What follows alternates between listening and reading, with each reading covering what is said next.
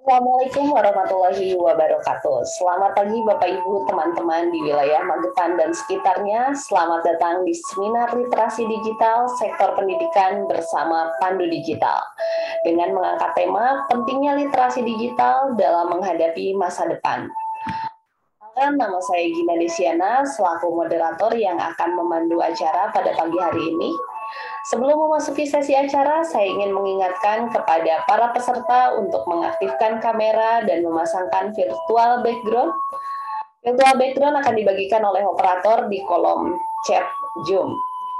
Kemudian kepada para peserta yang belum melakukan pendaftaran atau registrasi, dipersilahkan untuk mengisi link pendaftaran yang telah disediakan di kolom chat Zoom. Para peserta yang memiliki pertanyaan kepada para narasumber dapat juga dikirimkan melalui link komentar pada chat Zoom dan diharapkan disampaikan pertanyaan menggunakan bahasa yang sopan dan tidak mengandung unsur sara atau pornografi. Teman-teman sekalian, seminar literasi digital yang akan dilaksanakan oleh Kementerian Komunikasi dan Informatika ditujukan kepada para pelajar khususnya di wilayah Magetan dan sekitarnya. Diharapkan dapat meningkatkan kemampuan literasi digital sebagai bekal untuk menghadapi masa depan. Kegiatan kali ini tidak hanya bertujuan untuk menciptakan para pelajar yang cerdas, tetapi juga meningkatkan kemampuan pelajar Indonesia dalam memanfaatkan teknologi digital secara produktif, positif, dan aman. Sebelum kita memasuki sesi utama, saya ingin memperkenalkan ketiga pembicara kita kali ini terlebih dahulu. Pembicara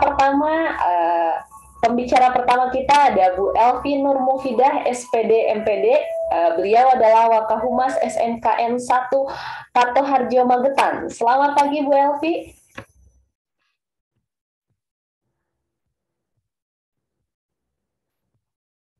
Ya, selamat pagi Bu. Selamat pagi. Iya, selamat pagi Bu Elvi. Sehat Bu Elvi pagi ini? Baik, sehat. Alhamdulillah ya. Kemudian selanjutnya pembicara kedua kita adalah Mas Rizky Adi Purwanto. Beliau adalah Pandu Digital Indonesia Batch Merah. Selamat pagi Mas. Selamat pagi Mbak Gina ya. Sehat Mas pagi ini? Alhamdulillah sehat. Sehat ya, ya. Kemudian pembicara terakhir kita yaitu Mas Yosef Ruspendi Susianto Esos. Beliau adalah pengelola Open Madiun Communicate. Selamat pagi Mas Yosef. Selamat pagi Mbak. Wah, kayaknya sekarang semua semangat ya, semangat pagi untuk sharing-sharing ilmu kepada teman-teman pelajar yang ada di Magetan. Kemudian sebelum memulai acara webinar pada hari ini, untuk meningkatkan jiwa nasionalisme kita, mari kita bersama untuk menyanyikan lagu Indonesia Raya terlebih dahulu.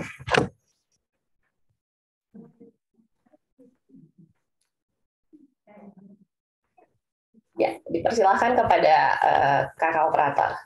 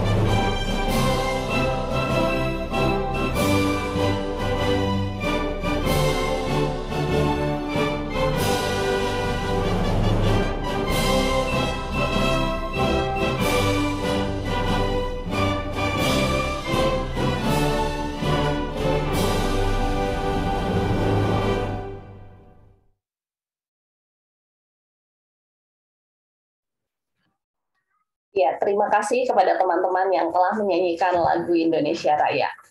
Demi kelancaran acara kegiatan hari ini, mari kita bersama-sama berdoa menurut kepercayaannya dan keyakinannya masing-masing. Berdoa mulai.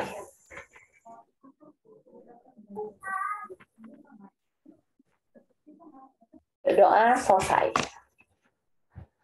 Sekarang kita langsung memasuki ke sesi pemaparan pertama oleh Ibu Elvi Nur Mufidah SPD MPD. Kepada Bu Elvi, kami persilahkan.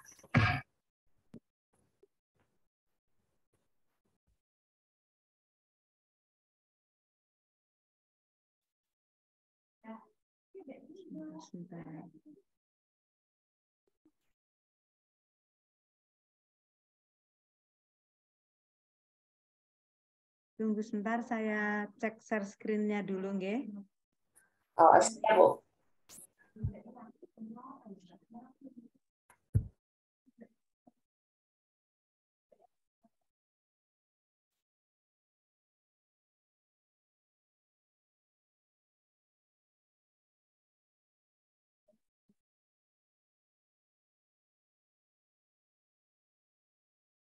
Sudah nampak? Sedang proses, Bu. Oh ya. Mangga dipersilahkan, Bu. Ya. Oke, sudah nggih? Sudah, Bu, sudah muncul. Oke, terima kasih. Baik, terima kasih atas kesempatan yang sudah diberikan kepada saya. Mohon izin materi webinar ini kita mulai. Baik Bapak Ibu dan siswa-siswa semua yang saya cintai, mari sucikan hati, tuluskan niat. Satukan tekad kita untuk mengikuti acara kita pada pagi hari ini. Dengan ucapan zikir kita mulai. Hasbunallah wa ni'mal wakil, ni'mal maula wa ni'man nasyir. Wala quwata illa billahil aliyil adzim. Asyhadu alla ilaha illallah wa asyhadu anna Muhammadar Rasulullah. Assalamualaikum warahmatullahi wabarakatuh.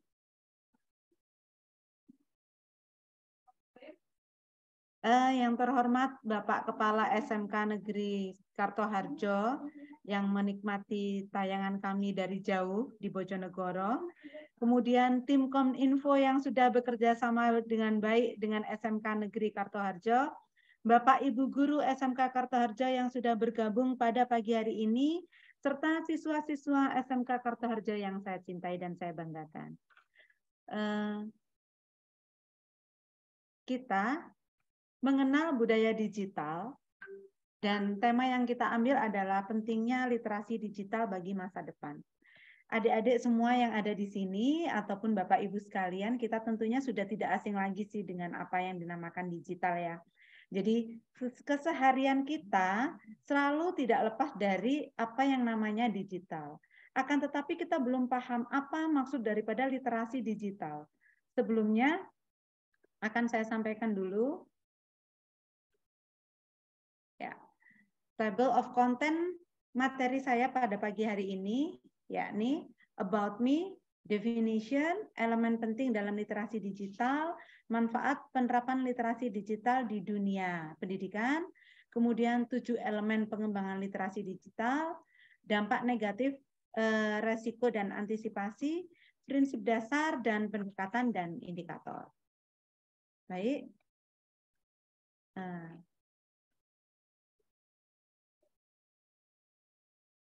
About me, ya. Saya saat ini mulai dari tahun 2000 adalah guru SMKN Kartoharjo, ya. Kemudian saya juga sebagai ketua divisi administrasi MGMP Teknik Otomotif Jawa Timur. Saya pengajar TEM sebagai trainer di VEDC.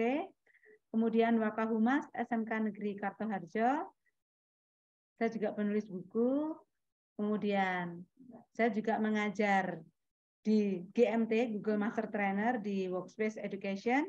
Kemudian saat ini masih sebagai calon guru penggerak Angkatan 7. Pernah menjadi moderator juga di webinar edukasi atau webinar pendidikan dengan tema Blended Learning yang diselenggarakan oleh MGMP Teknik Otomotif. Kemudian kemarin baru 1 bulan yang lalu menjadi moderator di webinar implementasi kurikulum merdeka bersama KGBN Magetan, komunitas guru bersama Nusantara. Kemudian pendidikan yang sudah saya alami atau yang sudah saya lakukan kemarin adalah pertama saya kuliah S1 di UNESA, jurusan Teknik Otomotif, dan saya sekolah S2 di UNS dengan mengambil jurusan Teknologi Pendidikan.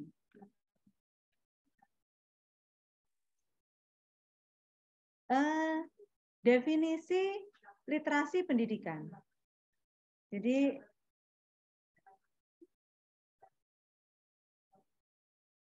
Paul Gilster mendefinisikan literasi digital sebagai kemampuan untuk memahami dan menggunakan informasi untuk berbagai bentuk dan berbagai sumber dengan sangat luas yang diakses melalui piranti komputer.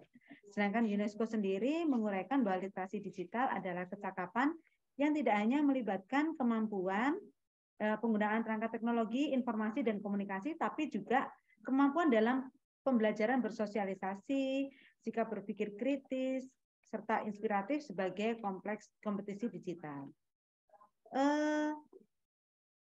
Sebelum kita membahas lebih lanjut literasi digital, kita perlu mengetahui elemen penting dalam literasi digital.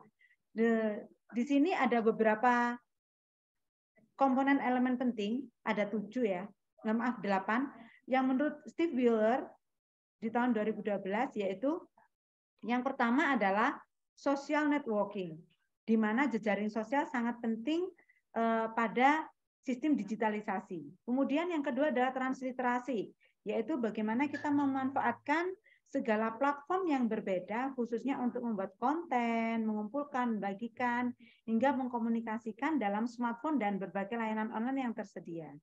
Dan yang ketiga adalah maintaining privacy atau menjaga privasi. Jadi dengan digital kita bisa lebih menjaga privasi. Kemudian yang keempat adalah membuat konten. Literasi digital juga bisa dipakai atau digunakan untuk membuat konten. Kemudian mengatur dan membagi konten tersebut. Dengan digital kita juga bisa mereusing atau membuat konten ulang.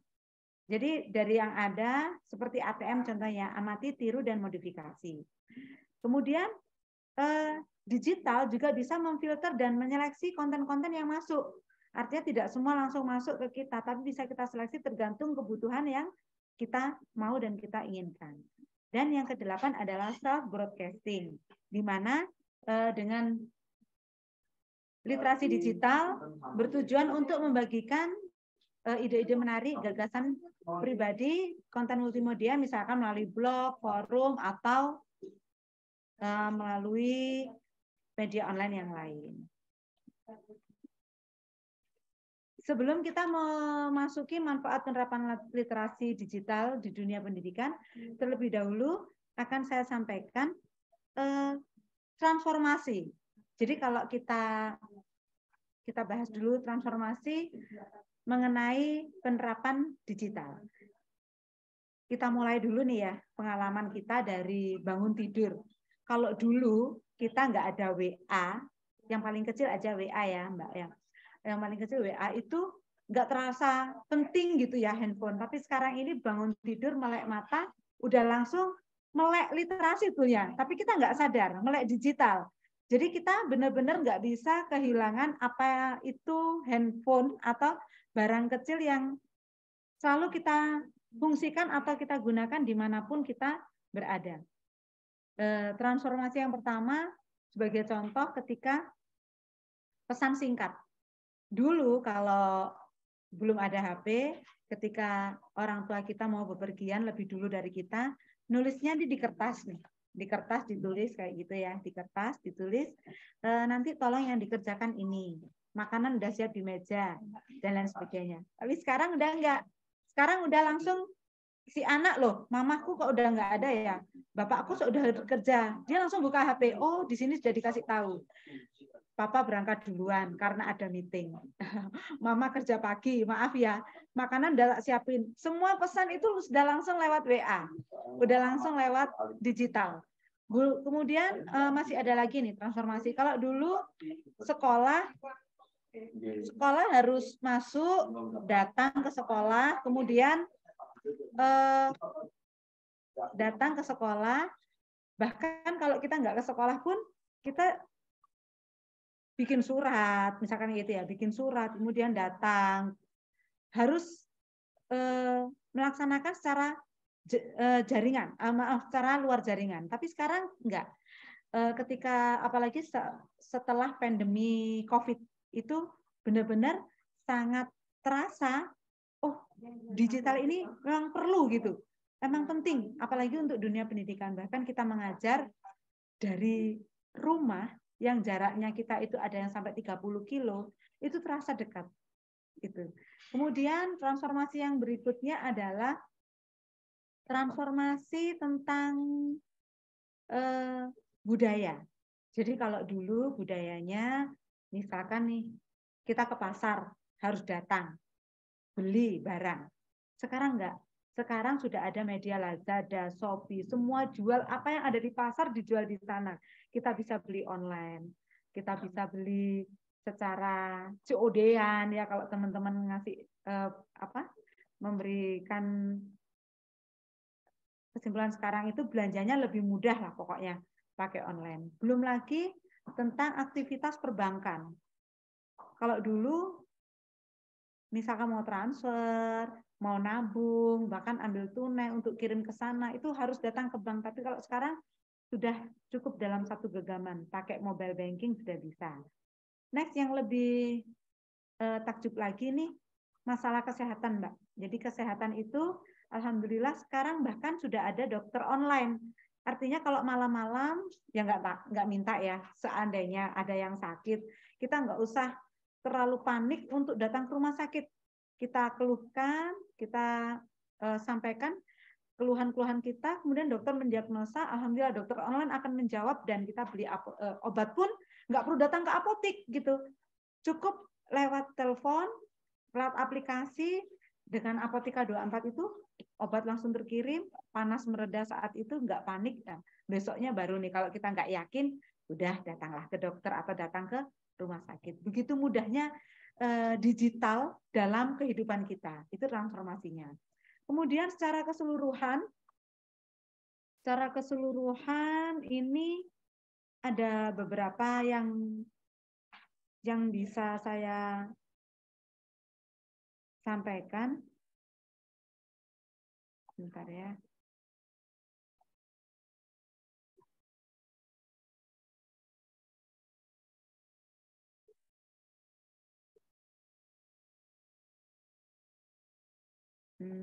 Bahwa manfaat literasi digital itu satu, yang pertama nanti bisa sebagai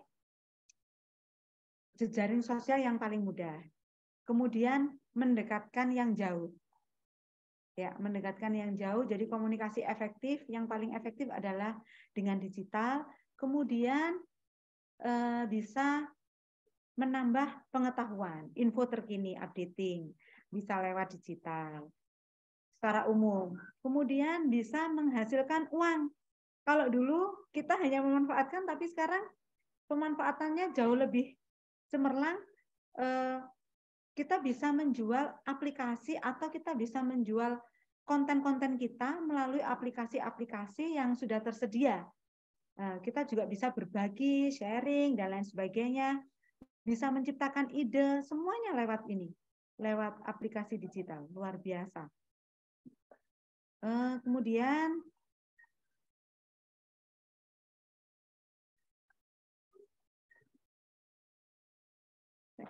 belum bisa ya.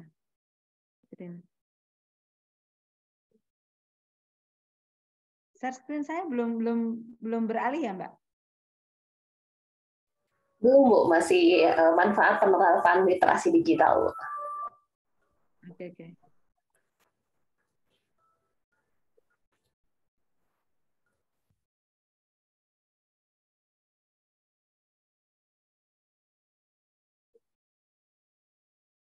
Sudah? Sudah berpindah? Masih sama Bu, mungkin jika ada kendala bisa di-share screen ulang.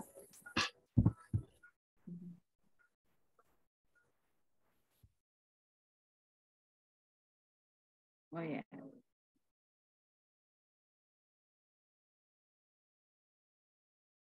Oke, sudah ya? Iya.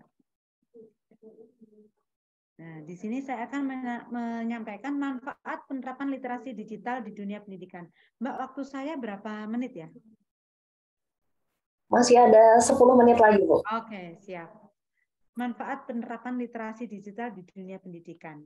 Kalau di dunia pendidikan itu sendiri, kami sebagai pendidik tentunya ya, sangat perlu memberikan wawasan bagi peserta didik untuk memotivasi peserta didik untuk mencari sumber referensi secara mandiri. Jadi kalau dulu nih Mbak, penerapan literasi digital itu mungkin nggak terlalu berdampak karena memang masih awam. Tapi kalau hari ini, ya tentunya kemarin dan sekarang sampai dengan hari ini itu sangat penting bagi kami, guru maupun siswa untuk mencari sumber referensi. Bagaimanapun yang namanya Mbah Google itu sangat membantu kami. Kalau dulu kita harus sibuk mencari buku, datang ke perpustakaan, mencari literasi, mana yang cocok ya. Kalau nggak cocok, besoknya kita ke toko buku. Nah, kalau pas ada uang, kalau nggak cuma baca-baca doang sampai diusir sama pegawai Gramedia. Kok cuma baca aja nggak dibeli ya? Sampai diparani gitu, sampai didatengin itu kok hanya dibaca aja Bu Elvi itu kok nggak Bu kok nggak dibaca sih, apa kok nggak dibeli, dibaca aja sampai pindah hanya untuk mencari referensi.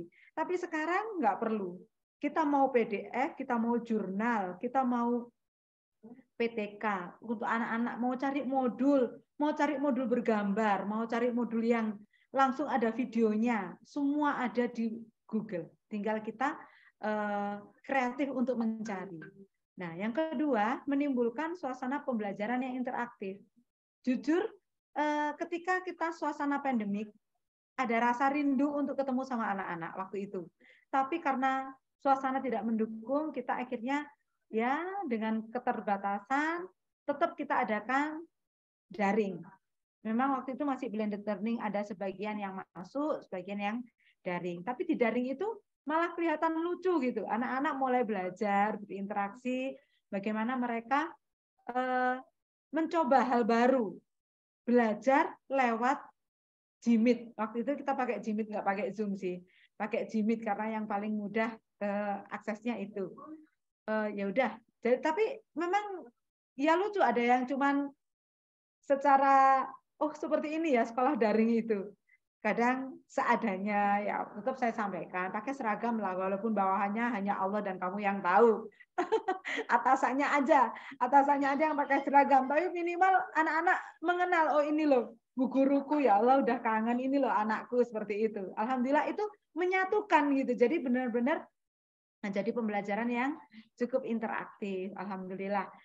Kemudian bisa juga meningkatkan budaya baca yang positif yang dapat diakses di mana saja. Nah, kebetulan nih Mbak, kami juga sudah mulai membuat buku digital untuk siswa. Dan sebagian sudah, baru satu yang di launching, cuman belum semua jadi, maksudnya baru mengawali. Tapi alhamdulillah anak-anak sudah mulai ini senang gitu, karena apa? Buku ini ada di HP-nya masing-masing. Jadi kapanpun gurunya ingin menyampaikan atau membuka, itu dia nggak perlu datang ke perpus, pinjam, tulis di buku perpustakaan, jumlah sekian, tidak. Cukup langsung dia buka di HP, buku digital, oh iya, langsung dia baca. Instrumennya ada di situ. Dan yang lebih asik lagi nih pembelajarannya, ketika di buku digital itu dituliskan link video, diklik, langsung muncul masuk ke YouTube. Nah, itu tuh anak-anak seneng jadinya. Aduh, keren banget ini bukunya ya. Jadi, kalau buku biasa kan nggak bisa. Mau dibuka aja, diklik kan harus ketik dulu. Tapi kalau dengan buku digital, cukup di HP, diklik, udah langsung nyambung ke video, nyambung ke PPT, nyambung ke Google Site, dan lain sebagainya. Seperti itu. Kemudian yang ketiga adalah meningkatkan budaya, sudah ya tadi, Yang keempat, mengefisiensikan waktu dan biaya, di mana literasi digital memanfaatkan teknologi yang dapat mengakses free e-book pada situs-situs resmi. Alhamdulillah. Jadi semakin mempermudah dengan literasi digital itu,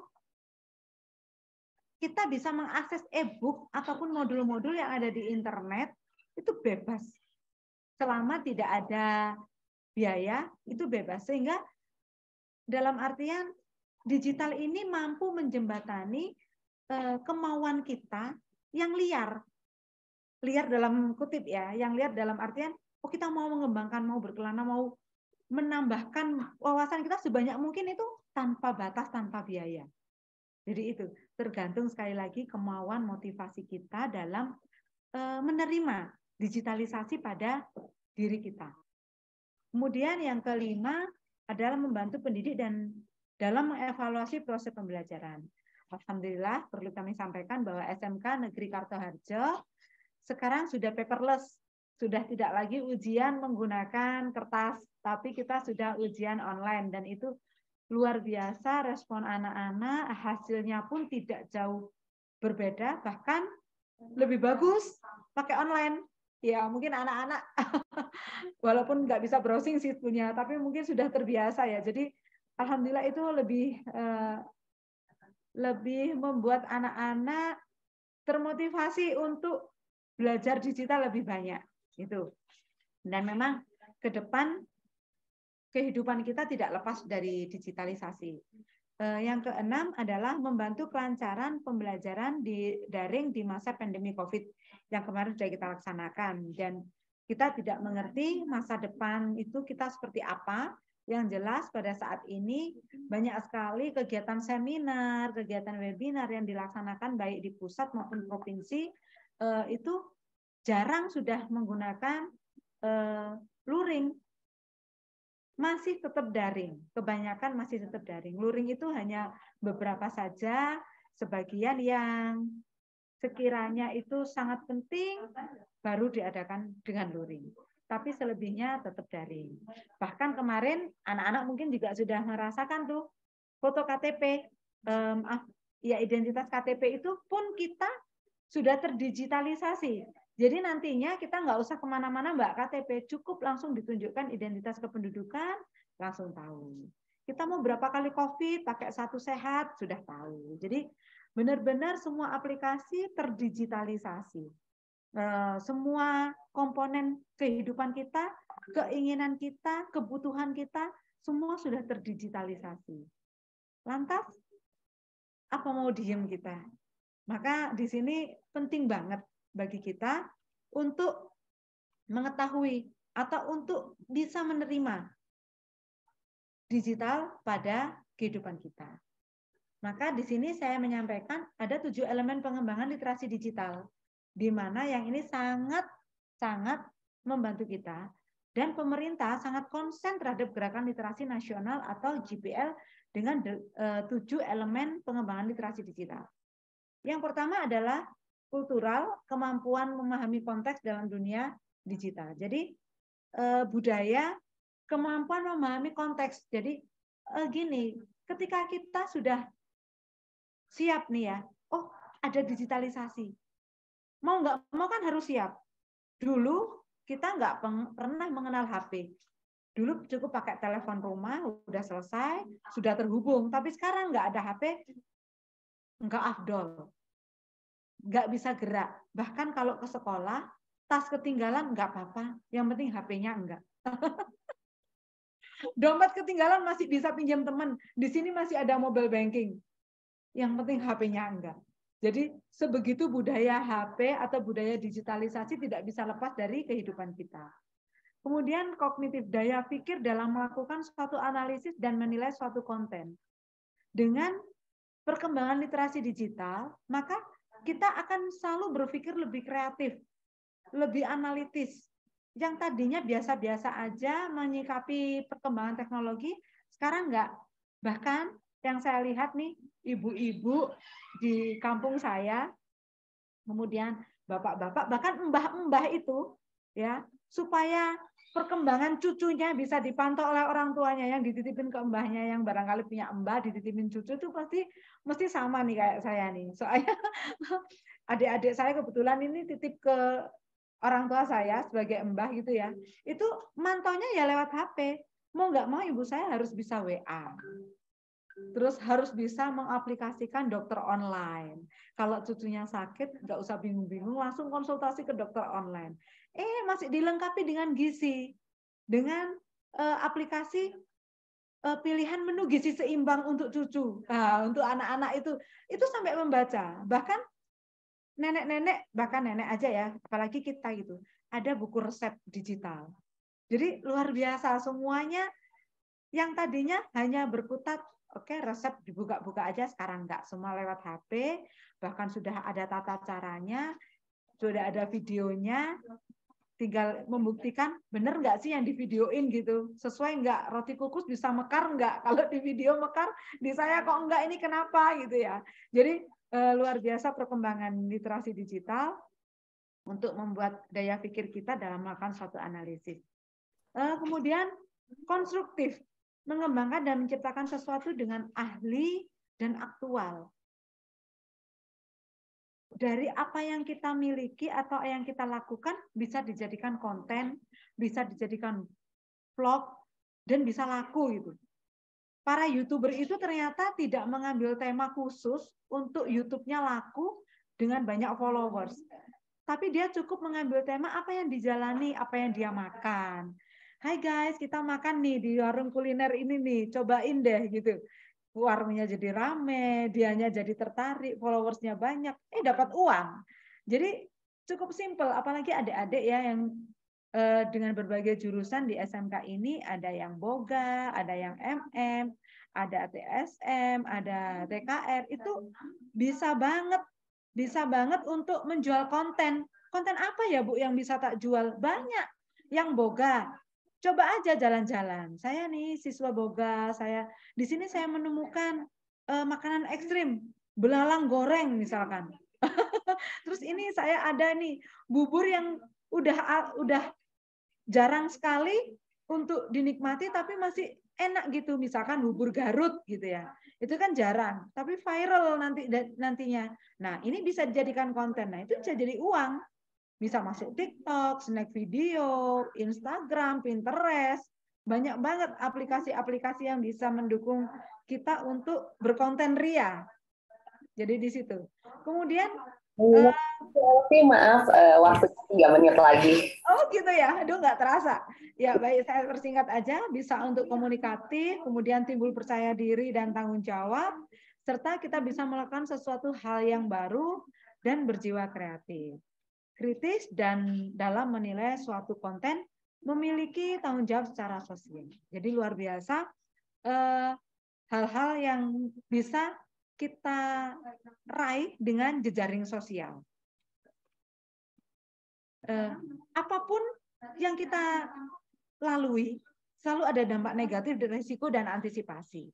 Dampak negatifnya diantaranya adalah bullying. Ya, kita tahu ya, dibully lewat cyber. Kemudian ada kejahatan dunia maya, spam, hoax, penipuan online, penipuan aplikasi, banyak sekali. Sehingga kita harus tahu dengan pentingnya literasi digital, harus tahu juga dampak negatif, risiko, dan antisipasinya. Bagaimana mencegah malware, kemudian pembaharuan lunak secara rutin, pentingnya untuk keamanan kita. Mungkin itu. Selebihnya ada prinsip dasar pengembangan literasi digital yang harus kita pahamkan, yaitu pemahaman, saling ketergantungan, faktor sosial, dan kurasi. Dan pendekatan literasi digital bisa lewat konseptual ataupun operasional. Indikator keberhasilan literasi digital bisa kita lihat apabila digitalisasi ini sudah diterapkan di sekolah, keluarga, dan masyarakat. Nah, kalau di sekolah sudah sebagian, keluarga bahkan lewat HP dan lain sebagainya, CCTV juga bisa masuk lewat digital. Kemudian kalau di masyarakat saat ini sudah banyak sekali dikembangkan media-media aplikasi yang bisa menjadi kebutuhan menjembatani kebutuhan masyarakat. Dan alhamdulillah, insya Allah literasi digital ini akan terus berkembang dan kita sebagai sivitas akademika siap menerima tantangan apapun dan siap menjalankan pengembangan literasi digital ke depannya. Mungkin itu Mbak Gina dari saya sementara. Terima kasih. Assalamualaikum warahmatullahi wabarakatuh.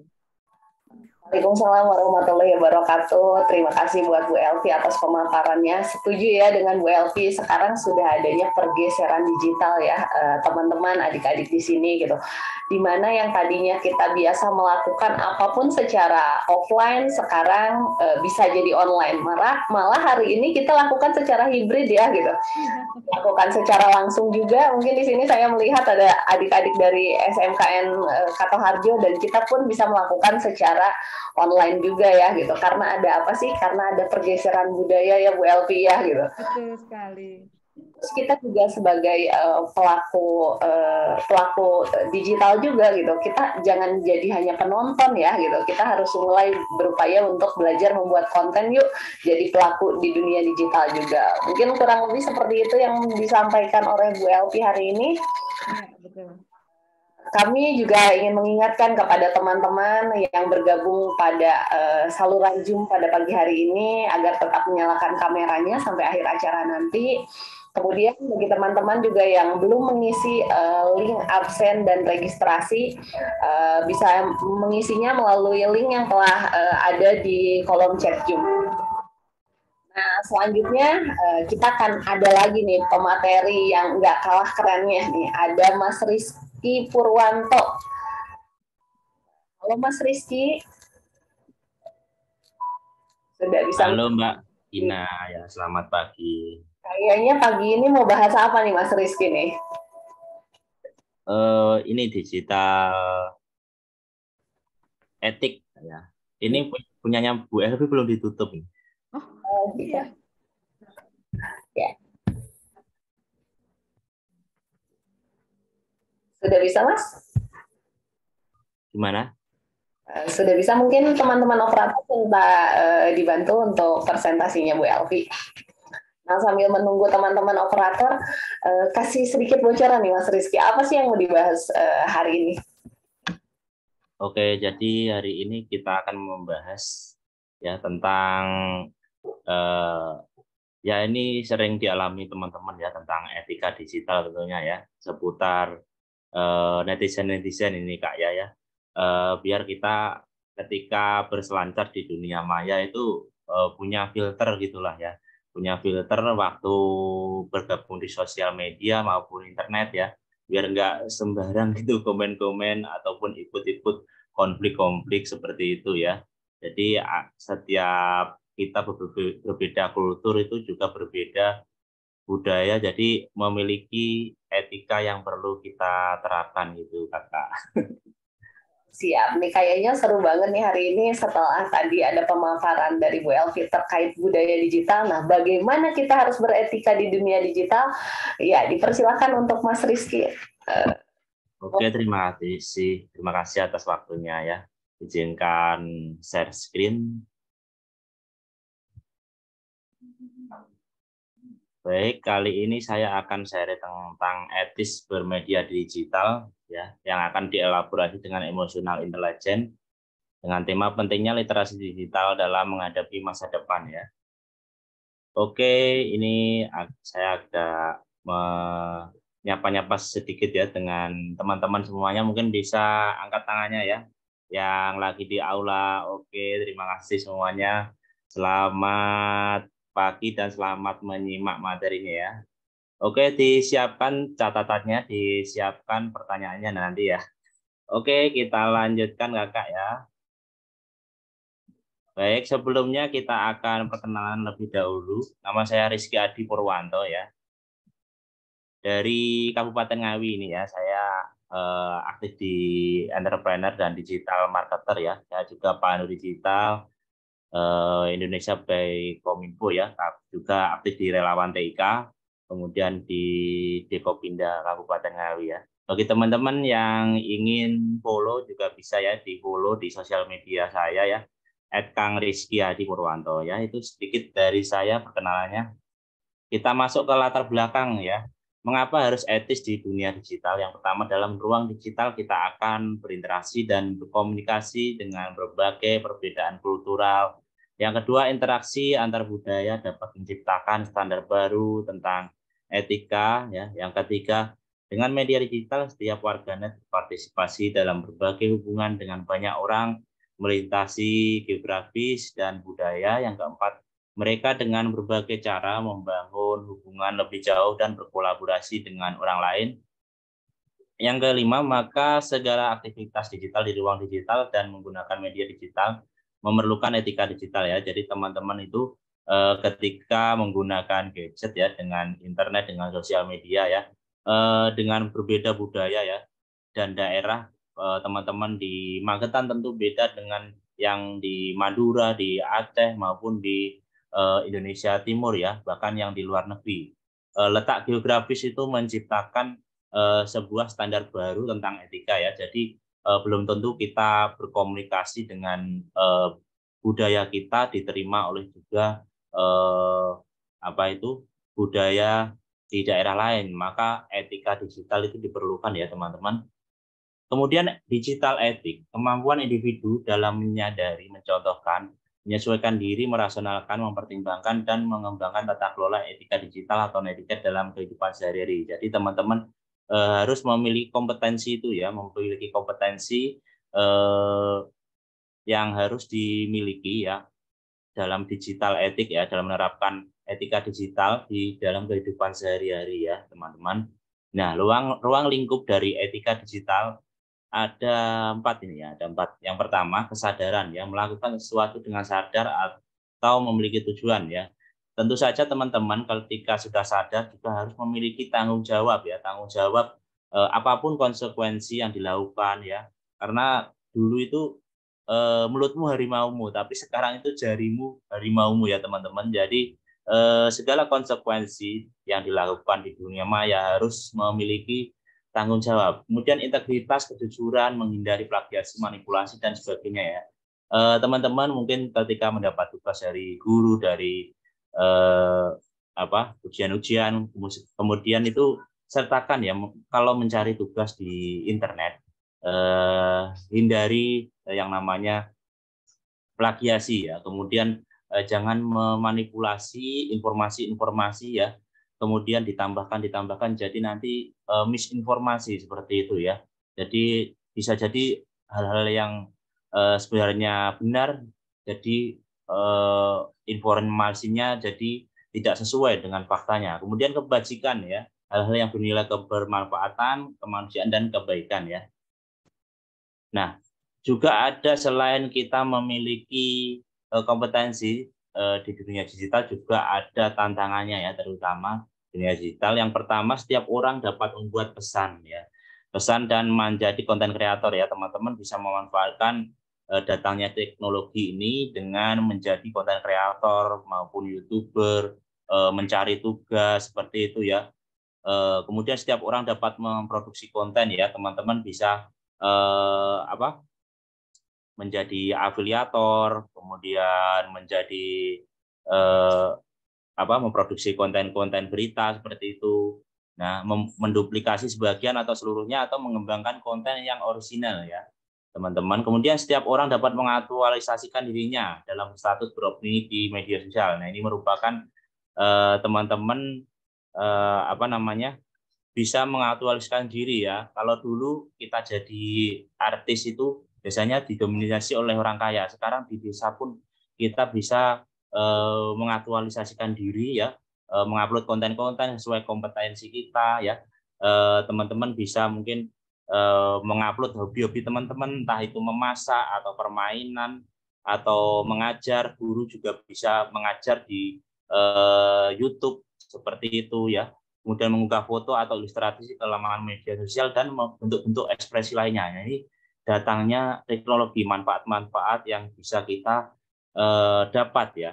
Tapi di lain sisi seperti mata pisau ya, kalau kita gunakan itu bisa untuk memasak ya, bisa untuk memasak dengan hal-hal yang bermanfaat ya, jadi masakannya enak. Tapi juga mata pisau itu juga bisa menjadi mesin pembunuh ya. Tentunya ada tantangan ya dari sini ya. Tantangannya apa aja di dunia digital itu? Ada informasi tidak terfilter ya, karena kita memiliki banjir informasi, tsunami informasi yang banyak ya. Jadi dari berbagai platform, ada di HP kita bangun pagi itu udah buka apa aja teman-teman ya, pasti lihat status teman ya, kemudian buka TikTok, buka YouTube ya, kemudian juga ada notif berita-berita, itu tak terbendung ya teman-teman informasinya. Jadi kita, apalagi teman-teman di sekolah, jadi bingung ini ketika mau membuat tugas terus buka HP, biasanya itu gagal fokus jadinya, jadi terus lanjut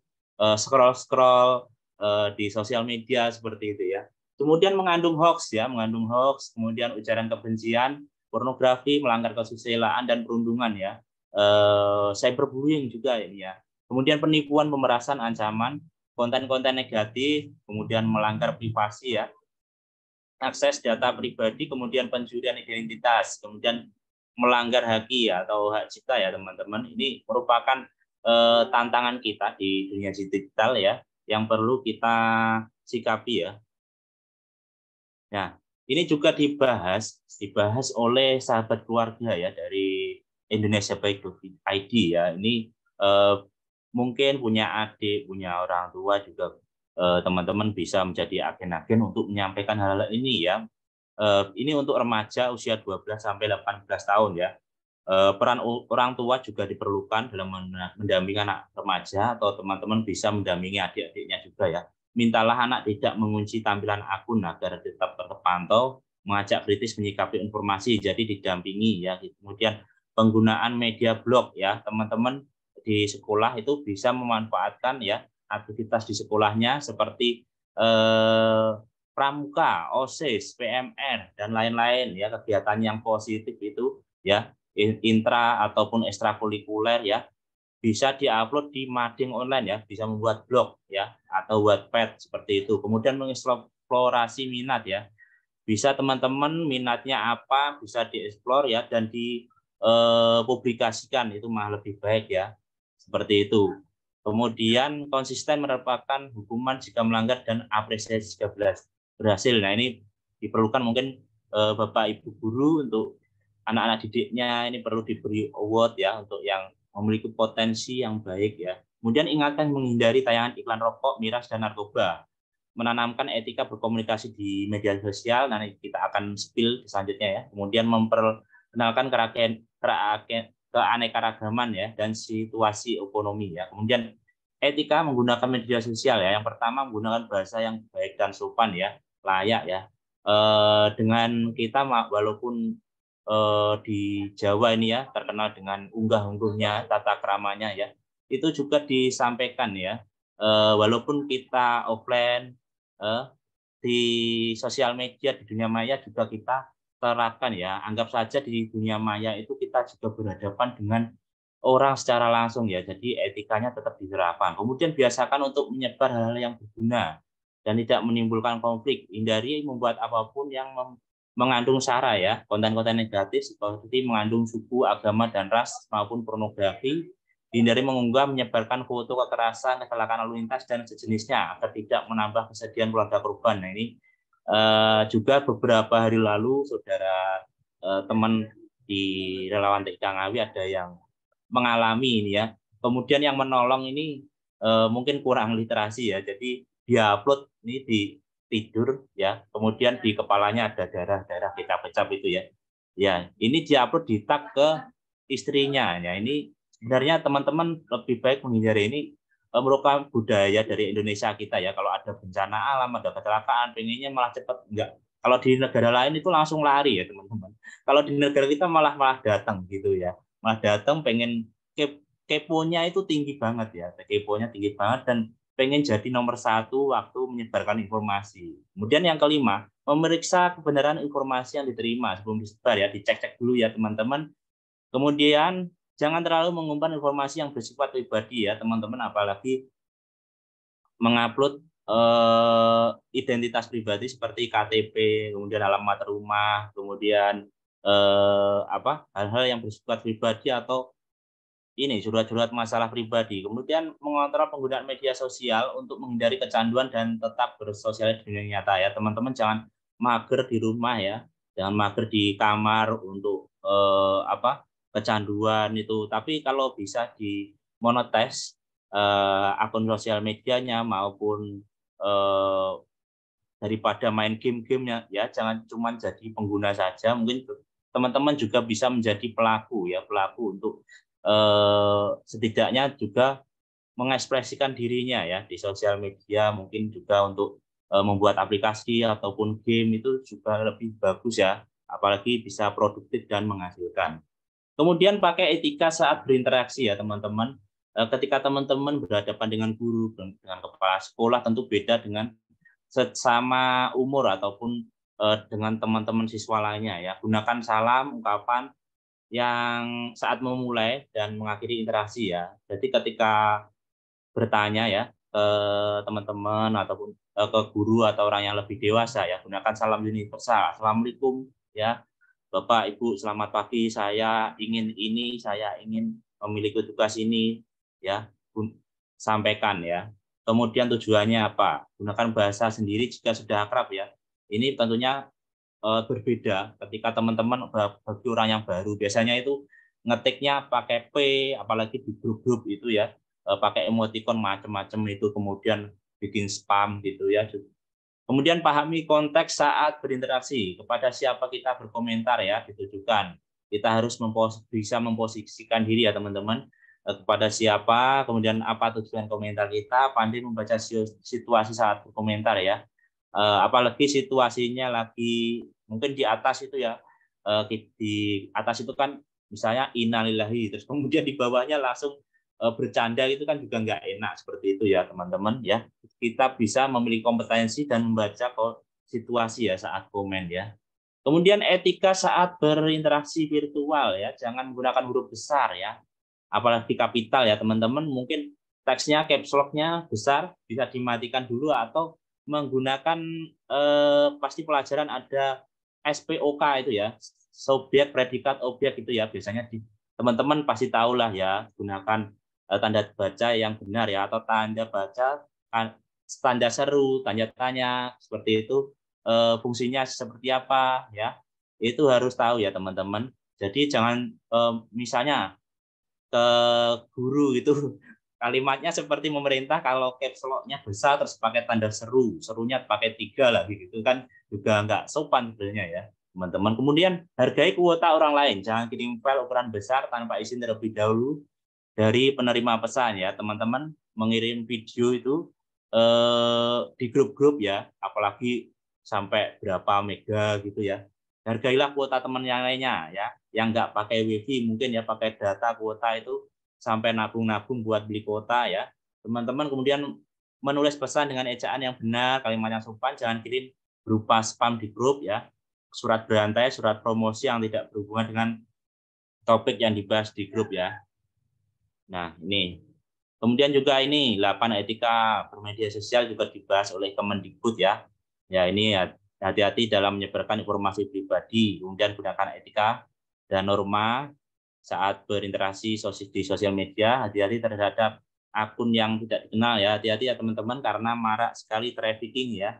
Trafficking juga ini pencurian anak ya, penculikan itu biasanya ke teman-teman kalau diajak COD ya, usahakan bawa teman ya, atau orang-orang yang lebih dewasa ya, karena ini takutnya terjadi ya, teman-teman bisa proteksi dirinya ya. Kemudian yang keempat, pastikan unggahan di akun media sosial tidak mengandung sara, manfaatkan media sosial untuk membangun jaringan ya. Teman-teman bisa follow ya.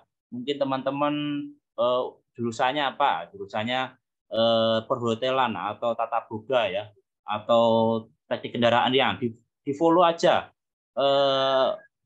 akun-akun yang berhubungan dengan hobi maupun kompetensi teman-teman ya, ini untuk meningkatkan teman-teman. Atau yang suka TIK juga bisa follow akun Pandu Digital itu ya, seperti itu contohnya ya. Kemudian yang keenam, pastikan mencantumkan sumber konten yang diunggah ya. Ya ini sumber-sumbernya ya kalau dapat tugas dari guru. Kemudian bisa juga untuk menunjang proses pengembangan diri ya, teman-teman bisa ikut-ikut lomba di sosial media seperti itu ya, manfaatkan. Kemudian mungkin lomba foto, lomba vlog seperti itu ya. Kemudian yang ketujuh, jangan mengunggah apapun yang belum jelas sumbernya ya teman-teman. Nah, ini pantangan ya, pantangan juga untuk bermedsos ya. Yang pertama, jangan memulai konflik ya. Apalagi sudah ada konflik, kemudian kita memperkeruh suasana ya dengan komen-komen seperti itu ya. Apalagi kita tidak tahu masalahnya dari A sampai Z, kemudian ikut-ikutan ya. Kemudian curhat masalah pribadi ya. Mengejek orang lain dengan menyebut nama, apalagi menyebut temannya dengan nama-nama hewan itu. Jangan ya, menjelekkan orang lain tanpa menyebut nama ya. Atau ini body shaming juga ya. Ini di sosial media juga ada body shaming ya teman-teman. Misalnya, kamu cantik operasi plastik ya, kamu jerawatan, kamu gemuk. Ini kata-kata seperti ini lebih baik dihindari ya teman-teman. Kemudian berbagi foto pesta terlalu berlebihan. Kemudian bersikap terlalu ekstrim ya, jangan terlalu ekstrim ya. Apalagi mungkin menanggapi sesuatu hal yang beritanya apa? Seperti mungkin sepak bola terlalu teman-teman fanatik dan ikut-ikutan gitu ya, memperkeruh suasana. Jadi nanti takutnya masalah kecil jadi besar ya teman-teman. Kemudian posting yang penting bukan yang penting posting ya. Jadi pikirkan dulu teman-teman yang mau diposting ya. Juga silakan dicatat ya, ini dianggap ini diri kita atau orang lain ya. Kita posisikan diri kita sebagai orang lain itu seperti apa. Seperti itu ya. Siapa saja yang bisa baca postingan saya. Kemudian apakah saya lagi marah ketika posting? Apakah saya terlalu membuka data diri atau informasi pribadi? Apakah saya lagi memperlihatkan keburukan saya? Apakah dapat menyinggung seseorang? Apakah orang bisa salah tangkap omongan saya? Nah, ini pertanyaan ini ditanyakan kembali ke diri teman-teman ya, atau posisikan diri teman-teman jika orang lain itu digitukan seperti itu ya. Apakah dia itu nanti tersinggung seperti itu ya? Apakah nanti kita lagi marah? Karena kalau kita marah itu, kalau menggunakan sosial media itu tidak terfilter ya kata-katanya teman-teman ya. Nah ini siapa teman-temannya yang upload mungkin sedang ya seperti ini. Saya rasa di Kartoharjo nggak ada ya teman-teman yang seperti ini ya. Ya yang seperti nomor 1 ya ini ya, terlalu mengumbar kemesraan di masa remaja ini ya. Kemudian ini terlalu curhat masalah pribadi ya, yang kedua ini ya yang kalau nangis-nangis di sosial media. Kemudian yang ketiga ini ada hubungannya juga dengan humanity and empathy ya teman-teman. Mungkin empati ya, tapi ke temannya yang sedang sakit, tapi diperhatikan juga apakah sudah izin ke temannya yang sudah sakit itu, apakah dia sudah meminta izin waktu diupload ya. Padahal teman-temannya di sekelilingnya kan juga cantik gitu ya. Yang sakit kan juga seadanya, nggak pakai make up, belum mandi ya mungkin ya teman-teman ya. Ini perlu diperhatikan juga ya teman-teman. Kemudian ini asik berlancar tanpa lupa etika digital ya teman-teman. Ya ini lagi ngetren ya, jangan sampai demi view naik ya, FYP apalagi ya di TikTok, rela jungkir balik, kemudian mandi lumpur, makan cabai ya, kemudian mukul-mukuli tubuh sendiri demi mendapatkan ini gift ya, mendapatkan paus, kemudian kapal pesiar ya. Dan juga ini enggak semua tren sound di TikTok harus diikuti ya. Ada juga tren-tren yang membuka busana ya, ataupun challenge-challenge yang berbahaya itu perlu dihindari ya teman-teman. Nah ini hal-hal yang perlu diperhatikan orang tua, ini juga teman-teman juga ya. Yang pertama kesehatan mata ya, kesehatan mata teman-teman perlu diperhatikan ya, ketika menggunakan HP itu jangan terlalu lama-lama. Nah, ini biasanya juga masalah tidur berpengaruh ya. Waktu yang terjadi nanti waktu sekolah jadi ngantuk ya, jadi nggak fokus, kemudian kesulitan konsentrasi, menurunnya prestasi belajar ini biasanya ya. Kemudian perkembangan fisik ya, posisi saat menggunakan gadget maupun PC ini juga berpengaruh. Kemudian perkembangan sosial ya, terlalu berlebih juga tidak baik ya. Nanti bisa terlalu mager atau mengurung diri di dalam kamar, itu juga tidak baik ya. Kemudian perkembangan otak dan hubungan dengan penggunaan media digital. Nah, ini biasanya buat anak-anak ya, menunda perkembangan bahasa ini ya, biasanya terlalu banyak menggunakan HP ini kecenderungannya seperti itu ya. Nah, ini digital emotional intelligence. Apa sih? Yaitu kemampuan untuk mengenali, menavigasi, dan mengeksplorasikan emosi dalam interaksi digital dan antar pribadi seseorang. Nah, ini berupa empati, kesadaran diri, dan manajemen, kemudian bisa memanajemen hubungan ya terhadap orang lain secara online, mengelola konflik ya, ataupun hal-hal yang sifatnya nanti merespon ya, bisa merespon kalimat-kalimat orang lain seperti itu ya. Kemudian cyberbullying, suatu bentuk kekerasan, diejek, dihina, diintimidasi atau dipermalukan ya. Ini biasanya ya teman-teman ya, kalau offline itu diinjek kakinya, kemudian ya ini bentuk-bentuk bullying di sekolah, tapi bullying di secara digital itu macam-macam ya. Di dunia maya itu juga dialami oleh orang terdekat ya. Kadang juga sampai merugikan sampai seluruh Indonesia, sampai presiden aja turun ya. Ada beberapa kasus yang bullying ini sampai kepolisian, sampai presiden turun ya. Ada berita itu di Kalimantan ya. Kemudian ini juga contoh cyberbullying, ada doxing, membagikan data personal seseorang ke dunia maya. Kemudian cyberstalking ya, ini biasanya orang-orang kepo ya, mengintip dan memata-matai seseorang di dunia maya ini secara berlebihan. Kemudian non consensual intimate image ya, membalas dendam, menyebarkan foto, video vulgar, bisa juga untuk memeras korban ya. Biasanya juga ini dilakukan oleh sang mantan ya, teman-teman ya.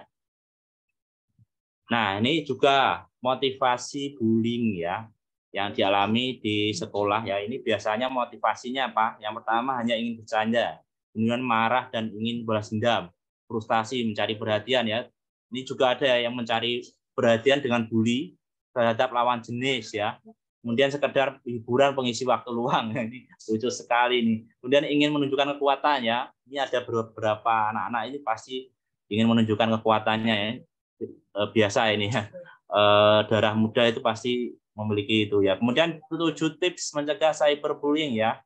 Ini tipsnya ya. Yang pertama, jangan merespon dan jangan membalas aksi pelaku. Kemudian adukan kepada orang yang lebih dewasa ya, lebih berwajib dan berkepentingan. Kemudian bisa diblokir ya akun-akun medsos pelaku. Selalu berperilaku sopan di dunia maya, gunakan jejaring sosial atau situs pribadi seperlunya. Kemudian yang kelima, simpan semua bukti ya. Ini kalau teman-teman langkah preventifnya jika mengalami ya, simpan bukti-buktinya di screenshot ya buat bukti, disampaikan ke pihak berwenang. Kemudian cek lagi ya keamanan passwordnya secara berkala, ganti-ganti passwordnya ya. Kemudian jangan berikan informasi pribadi ya. Kemudian jangan gampang percaya dengan berita atau kabar yang tidak jelas asal usulnya ya teman-teman. Nah, dari tindakan itu tadi ya, ada tindakan-tindakan etis terkait konten negatif ya. Ada banyak sekali ya, seperti hoax, penipuan, cyberbully, perjudian, penghinaan, hate-speech. Itu tindakan etisnya seperti apa yang bisa kita lakukan ya. Yang pertama, kita bisa menganalisis konten negatif itu ya. Apakah ini konten negatif dan merugikan seperti itu. Kita bisa memverifikasi konten negatif itu ya. Teman-teman bisa browsing sumbernya dari mana, bisa mencek fakta ya, atau bisa ke web Turn-Back Books ya teman-teman. Kemudian tidak perlu mendistribusikan konten negatif ya teman-teman.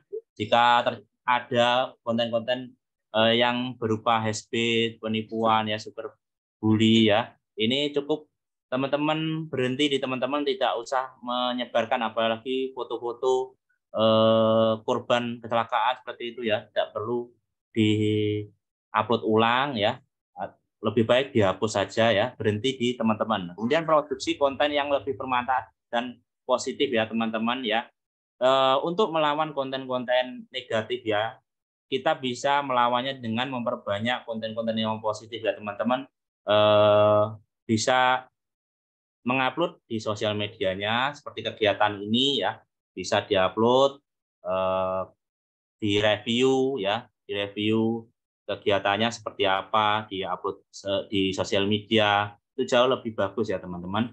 Nah, yang terakhir kesimpulan ya, etika digital ditawarkan sebagai pedoman menggunakan berbagai platform digital secara sadar, tanggung jawab, berintegritas, dan menjunjung nilai-nilai kebajikan antar insan dalam menghadirkan diri, kemudian berinteraksi, berpartisipasi, bertransaksi, dan berkolaborasi dengan menggunakan media digital. Mari kita rayakan teknologi ya, dengan adanya teknologi dan ilmu pengetahuan, kita mendukung semua bentuk kemajuan, tetapi semua harus demi mengangkat derajat manusia.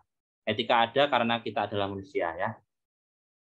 Yang terakhir, terima kasih, mungkin itu dari materi saya bisa saya sampaikan. Teman-teman bisa follow @pandu-digital Indonesia dan bisa follow @rizkyadi Purwanto ya, dan juga teman-teman narasumber lainnya. Mungkin itu yang bisa saya sampaikan. Akhir kala wabillahi muwaffiq lawang bithoriq. Wassalamualaikum warahmatullahi wabarakatuh. Saya kembalikan ke Kak Dina. Terima kasih. Waalaikumsalam warahmatullahi wabarakatuh. Mas Rizky, terima kasih atas pemaparannya. Seru banget ya gitu. Apa sih yang jadi headline nih dari diskusi dengan Mas Rizky siang hari ini? Yang pertama ya, kita harus selalu beretika di media digital gitu. Walau kita sekarang ada di dunia nyata, tapi di dunia digital pun kita sama ya, harus tetap memiliki etika. Kita juga jangan asal-asal sebar informasi ya teman-teman gitu. Kita juga harus membiasakan untuk cek faktanya ya, apakah itu benar atau tidak. Jangan sampai kita jadi penyebar hoax ya teman-teman gitu. Nah, bagi teman-teman nih yang mau penasaran nih, aduh greget nih pengen ada yang mau ditanyakan gitu. Boleh nih teman-teman yang offline juga untuk menyiapkan pertanyaan-pertanyaannya untuk para narasumber, dan bagi teman-teman yang online bisa menyiapkan pertanyaannya dan menuliskannya di kolom chat komentar dengan menulis nama dan ditujukan kepada siapa serta menulis pertanyaannya. Nah, berikutnya kita juga sudah kedatangan nih pembicara ketiga kita, yaitu Mas Yosep Ruspendi Susanto Esos. Apa kabar Mas Yosep? Halo Mbak Gina. Ya, sudah terdengar nih Mas Yosep. Nah, diskusi kita nih siang hari ini nih. Iya, saya kebetulan kebagian untuk tentang keamanan digital dan materinya nggak jauh beda, masih keberlanjutan apa yang udah disampaikan oleh Bu Elvi maupun oleh Mas Rizkyadi. Jadi saya mungkin beberapa hal yang ingin kita sampaikan tentang gimana anak-anak muda untuk aman dari penipuan, kurang lebih seperti itu Mbak Gina. Siap.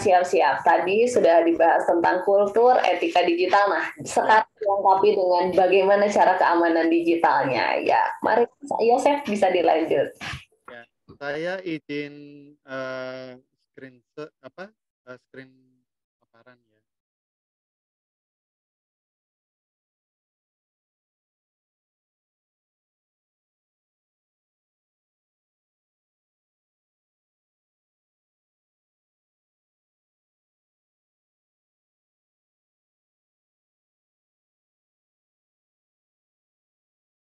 Baik, kawan-kawan sekalian, saya masih ada kesinambungan apa yang disampaikan oleh Bu Elvi maupun Kak Rizkyadi ya, tentang digital sovereignty atau keamanan digital. Jadi dari sekian banyak terkait masalah keamanan digital, saya cuma ingin mengambil tentang gimana kiat kita menghindari penipuan di internet. Karena memang sering banget ini terjadi, apalagi beberapa kasus itu baru-baru ini terjadilah kalau di Madiun gitu. Ada anak sekolah kena penipuan di internet, ditawari beli iPhone 500.000 dapat 2 gitu. Anak sekolah kok tadinya udah ditahan-tahan jangan ditransfer gitu. Cuma ya ternyata pikiran si anak sekolah itu pikirannya, oh nanti dapat 2, satunya buat apa? Satunya buat dipakai, satunya dijual lagi. Baik, kawan-kawan sekalian, perkenalkan nama saya Yosef Prospendi. Saya adalah pengelola Open Madiun. Madiun. Sebenarnya awalnya itu komunitas, kemudian kita buat menjadi semacam kewirausahaan sosial. Saya juga anggota dari Pandu Digital Indonesia angkatan ke-15, jadi tahun 2019 gitu. Saya juga anggota relawan TIK Madiun, saya juga salah satu inisiator program Tokso Literasi TIK yang mendapat penghargaan dari WSIS Prize 2020 dan 2021 dari PBB. Dan ini salah satu lagi yang baru aja masuk di tahun 2023, yaitu Kampung Penggerak Literasi. Ini kerja bareng antara Open Madiun, bareng relawan TIK, bareng tim Pangangan Kota Madiun. Dan penganugerahannya insya Allah nanti sore. Kalau di sana pagi jam 9, tapi kalau di Indonesia jam 3 sore. Saya juga pernah menjadi anggota Dewan TIK Kabupaten Madiun tahun 2018. Latar belakang hal yang harus kita bicarakan adalah karena yang pertama pengguna internet Indonesia sudah mencapai lebih dari 210 juta jiwa. Juta pengguna ya. Itu berarti sudah sekitar 77,02% dari populasi seluruh Indonesia, penduduk seluruh Indonesia. Ini data dari APBI. Kemudian ternyata juga dari subindeks keahlian yang ternyata memiliki skor rendah dari 3 subindeks indeks ya, pembangunan teknologi informasi dan komunikasi atau IPTIK Indonesia ya, yaitu akses dan infrastruktur, intensitas penggunaan dan keahlian atau kecakapan. Kemudian lagi perlunya peningkatan kapasitas dalam mengakses, mencari, menyaring dan memanfaatkan setiap data dan informasi di platform digital. Gitu. Ini beberapa data ya yang penunjang tadi ya, sudah sekitar 77,02%. Baik, kita langsung aja ya, jenis penipuan online itu apa aja gitu. Yang pertama itu scam. Scam adalah segala bentuk tindakan yang sudah direncanakan yang bertujuan untuk mendapatkan uang dengan cara menipu atau membohongi orang lain. Biasanya terjadi kontak komunikasi, baik melalui media chat, telepon, dan lain-lain. Tuh, macam-macam lah contohnya. Jadi kalau scam kan nipu mamanya, oh kita mau ada ini, ada apa, penawaran kita dari mana? Dari bea cukai dengan harga murah promo gitu kan, kadang kayak gitu. Yang kedua adalah social engineering ya, social engineering atau rekayasa sosial adalah istilah yang digunakan untuk berbagai tindak kejahatan yang dilakukan dengan memanfaatkan interaksi dengan manusia gitu. Teknik ini menggunakan manipulasi psikologis untuk menipu korban agar mereka melakukan kesalahan keamanan dan memberikan informasi sensitif gitu. Jadi ya beberapa contoh lah, umpamanya tiba-tiba ada orang mengaku dari pegawai bank minta ini kita daripada ibu atau mas atau kakak sekalian mendapat biaya bulanan, kita mau ada pilihan ini, yaitu dengan mengklik ini supaya mendapat bebas gitu, bebas biaya bulanan seperti itu. Berapa biaya bulanannya? Ya mamanya dibilang 150.000, kan orang akhirnya mikir, aduh saya nabung cuma berapa, kena potongan tiap bulan 150.000 kayak gitu. Akhirnya kiranya ya udah setuju aja gitu. Itu social engineering. Kemudian ini beberapa contoh ya dari rekayasa sosial atau social engineering yang sering dilakukan oleh pelaku. Mamanya ini yang paling sering ya, buat teman-teman tiba-tiba ada yang nge-WA. Nge-WA kalau mamanya ada kesalahan pengiriman voucher game. Wah, seperti itu. Wah, ini dari Indomaret. Kadang-kadang bilang kayak gitu, Indomaret, Alfamart, saya operatornya ini salah ya Kak, tolong ini OTP-nya berapa ya. Gitu. Sebenarnya OTP itu adalah gimana ceritanya supaya orang itu tertipu dan akhirnya akun-akunnya akan diambil alih. Atau mungkin tiba-tiba mengaku sebagai institusi tertentu, mamanya ini contohnya di Twitter, padahal itu bukan Twitternya Bank Mandiri ya, kan beda, kalau yang di atas itu jelas Bank Mandiri tuh, ada tanda centang birunya, sementara ini Mandiri Care enggak, seperti itu. Tapi kadang-kadang kita tidak hati-hati, entah yang, Bank Mandiri, di Twitter, di Instagram, dan sebagainya, banyak. Bahkan kasus terakhir itu pembajakan Instagram. Ya, di Instagram seakan-akan, Instagram kita adalah Instagram bajakan, gitu. Kemudian yang ketiga adalah phishing atau memancing. Phishing adalah sebuah bentuk tindak penipuan dengan mencuri informasi, yang penting ya, dengan mengarahkan korban untuk masuk ke halaman situs palsu dengan maksud menjebak korban. Keahlian ini kerap menyasar layanan streaming berbayar, perbankan, e-commerce, UMKM. Penipuan lewat phishing berkedok transfer perbankan, pembobolan data pengguna e-commerce, atau penipuan layanan streaming berbayar dengan iming-iming gratis. Ya, umpamanya contoh yang sederhana lah, umpamanya. Yang paling sering saya terima ya untuk phishing itu adalah voucher. Ya, dalam rangka HUT Carrefour, kita ada voucher 500.000. Silahkan klik formulir ini. Padahal formulir itu adalah pengumpulan data gitu loh, pengumpulan data penipuan. Jadi datanya kita diambil supaya untuk kemungkinan untuk mengambil alih gitu. Itu phishing. Nah, ini phishing data yang biasanya disasar itu adalah data pribadi, data akun, data finansial ya. Kalau data finansial itu namanya informasi kartu kredit, rekening, dan sebagainya. Jadi memang harus hati-hati gitu. User dan name password jangan sampai di-share, kemudian nama, usia, dan alamat gitu.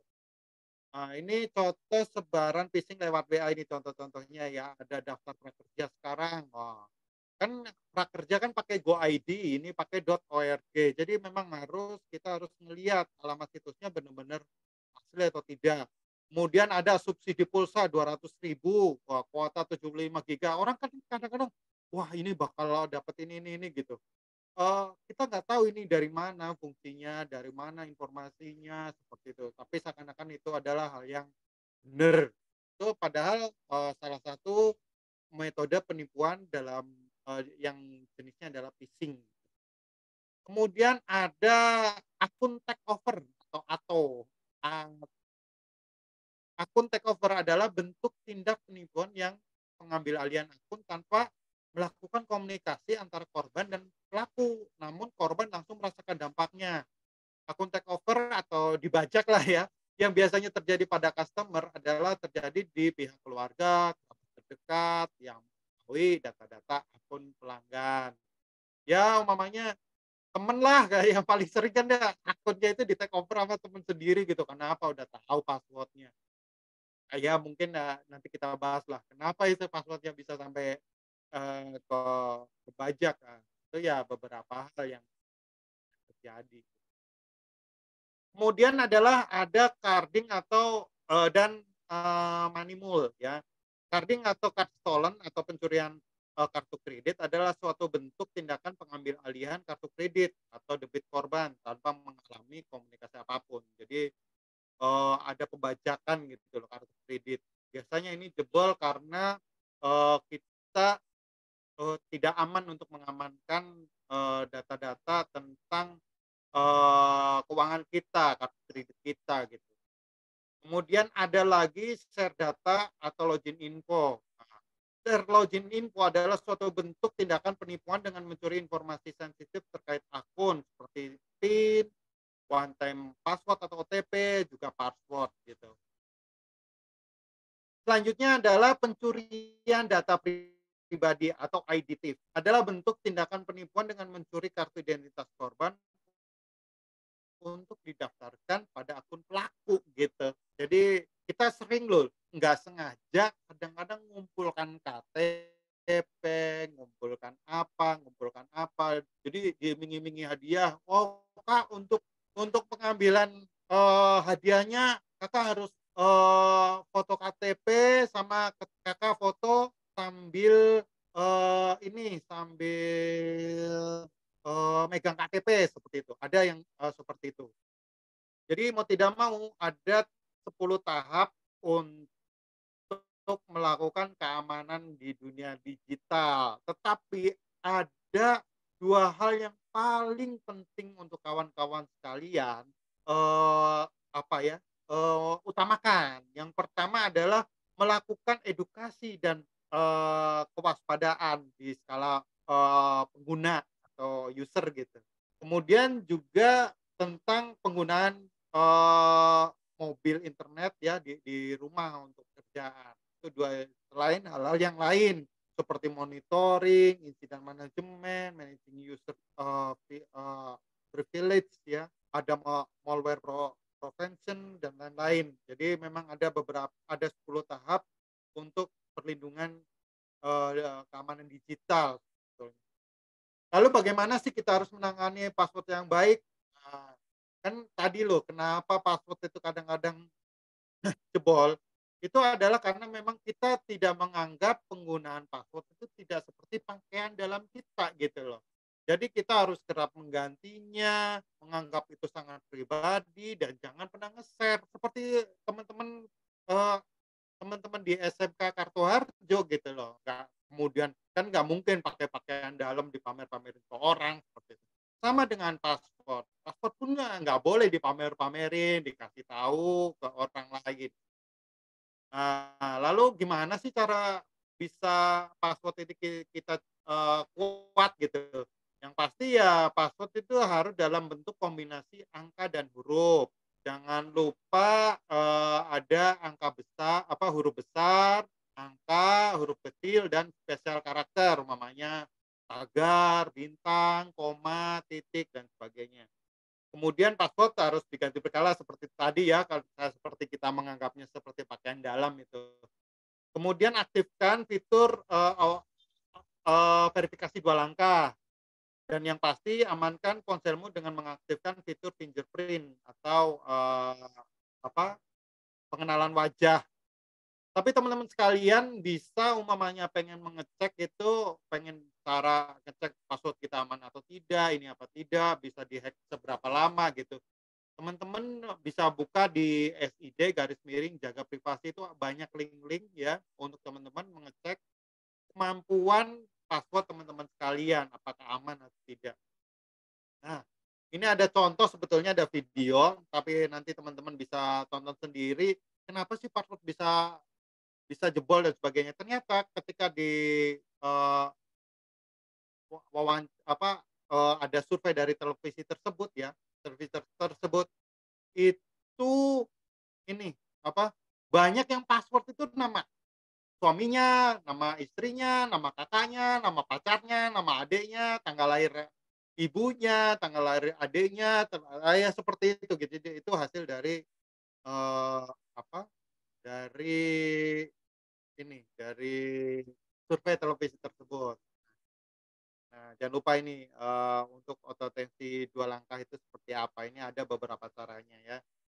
Kemudian juga diprotek untuk gadgetnya teman-teman sekalian, yaitu mamanya amankan dengan password. Jadi ya di password aja gitu. Tetapi kalau mamanya hubungan dengan keluarga, lebih baik passwordnya di-share ya, mamanya dalam artian supaya kita bisa tahu kondisi anggota keluarga. Tapi kalau mamanya dengan teman, dengan apa ya tetap harus di password.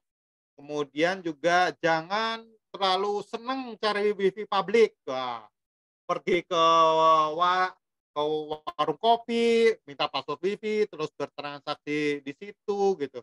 Karena apa? Karena memang ada hal-hal yang memungkinkan. Selama itu ada di titik wifi yang sama, kita memang rentan untuk direntas atau di-encrypt, dipotong gitu loh jalur transaksinya. Juga direview aplikasi permisinya ya, perizinan dari aplikasi teman-teman sekalian, dicek apakah asal nginstal aplikasi ternyata aplikasi yang kita install bisa mengakses kamera, bisa mengakses macam-macam. Kemudian jangan lupa untuk tetap mengupdate aplikasi kawan-kawan sekalian, karena biasanya kalau udah ada antivirus, mamanya ada intrup gitu, ada aplikasi yang kira-kira berbahaya, langsung ada ininya, ada notifikasinya. Kemudian kalau mamanya memang ada aplikasi yang tidak dipakai, lebih baik dihapus, dibuang seperti itu. Nah, ini teman-teman juga selain gadget, komputer kalau ada ya, terutama di SMK biasanya udah biasa menggunakan komputer, diamankan ya password-nya, encrypt hard disk-nya, set password, terus pasang antivirus, kemudian update software-nya dan lain sebagainya.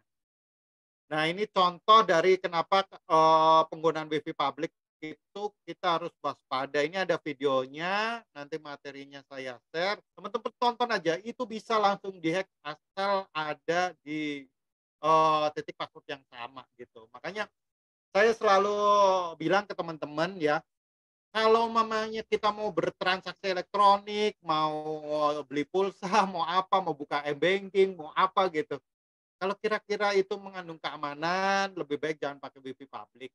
Gunakan paket data. Itu yang paling aman. Gitu. Nanti teman-teman bisa tonton videonya ini gimana itu bisa kehack ya. Kemudian yang pasti yang terakhir ya, hati-hati jangan terpukau oleh iming-iming hadiah dan harga murah seperti awal saya bicara tadi gitu. Ini kejadian nyata gitu kemarin di daerah Madiun gitu loh. Diiming-imingi ada HP iPhone 2 biji harganya 500.000, udah terlanjur transfer, ternyata itu pakai uang SPP gitu. Si anak itu pikirannya, kalau 2 HP satunya bisa dijual, bisa buat nutupin SPP-nya, kemudian uang yang satunya dipakai gitu loh HP-nya. Padahal nggak ada itu iPhone harga 500.000 gitu. Mungkin itu dari saya, silakan kalau mamanya masih pengen ngobrol-ngobrol bisa pantau medsos saya ya, @kawiwara baik di Twitter maupun di Instagram. Untuk terakhir kali saya mau tutup dengan pantun ya. Makan selada campur lombok ijo, ditambah 2 telur jangan juga kornet. Kawan muda SMK Kartoharjo, yuk waspada penipuan di internet. Baik, demikian saya kembalikan ke Mbak Gina. Wah, mantap. Pantunnya cakep banget ya. Aduh, mau balas pakai pantun lagi nggak disiapin. Betul banget ya kata Mas Yosef tadi terkait keamanan digital itu luar biasa ya. Jadi PR kita bersama khususnya bagi teman-teman para pelajar dan kita semua tentunya gitu. Kayaknya kita tuh kadang suka lupa ya ganti password, apalagi ibu-ibu ya kalau udah password kadang nggak diganti-ganti dari buat akun. Kalau nggak sekalinya diganti dia tulis ya. Dan ditulis itu orang bisa akses di mana aja. Kadang di buku catatan. Nah, hal-hal seperti itu juga harus kita perhatikan ya. Gitu. Saya sering ketemu ini loh Kak. Anak-anak muda itu sering password loh. Jadi Instagram itu passwordnya dipakai sama akun sama temen-temennya gitu loh. Satu akun Instagram dipakai 5 orang temennya kadang-kadang kayak gitu. Iya gitu loh. Entah SMP, entah SMA, kadang-kadang kayak gitu. Saya sering ketemu kayak gitu. Iya, dan kadang nanti kalau udah nggak bisa diakses bilangnya, aduh di-hack. Padahal bukan di-hack ya. Kitanya aja ngebagiin ke orang lain. Nah, siapa nih di sini yang masih seperti itu gitu. Mulai sekarang yuk ganti password, terus jangan kasih tahu ke siapapun, termasuk keluarga kita sekalipun gitu. Karena apa? Karena itu terkait privacy ya gitu, terkait keamanan digital kita juga. Nah, di sini bagi teman-teman nih yang masih penasaran tentang, aduh kayaknya masih greget nih, pengen nanya-nanya nih ke narasumber kita, ada misalnya ada apa sih gitu terkait keamanan digital. Kali ini kita akan coba yuk kita buka, ada pertanyaan dari siapa aja nih gitu hari ini. Pertama ini ada pertanyaan buat Bu Elvi. Dari Mbak Heni, pertanyaannya bagaimana cara memberikan pemahaman kepada pelajar agar menggunakan gadget yang baik tanpa mengganggu waktu belajarnya. Karena di era seperti ini, waktu penggunaan gadget itu lebih banyak daripada kita memegang buku pelajaran. Wah, pertanyaannya bagus nih gitu. Kita sebagai milenial yang lebih suka berlama-lama dengan gadget, bangun tidur aja yang dicari handphone ya Bu Elvi ya, setuju ya gitu. Benar. Nah, Bu Elvi, boleh dijawab pertanyaan dari Mbak Heni. Oke, terima kasih. Salam kenal Mbak Heni, waktu dan pertanyaannya cukup bagus sekali ya, memotivasi siswa yang lain mungkin nanti. Jadi gini Mbak, kalau saya nih pengalaman sebagai guru ya, gimana sih anak ini nggak berbatas dengan gadget pada saat sekolah? Pada saat sekolah ada beberapa poin atau ada beberapa literasi yang memang saya himbau atau saya dorong untuk membuka HP.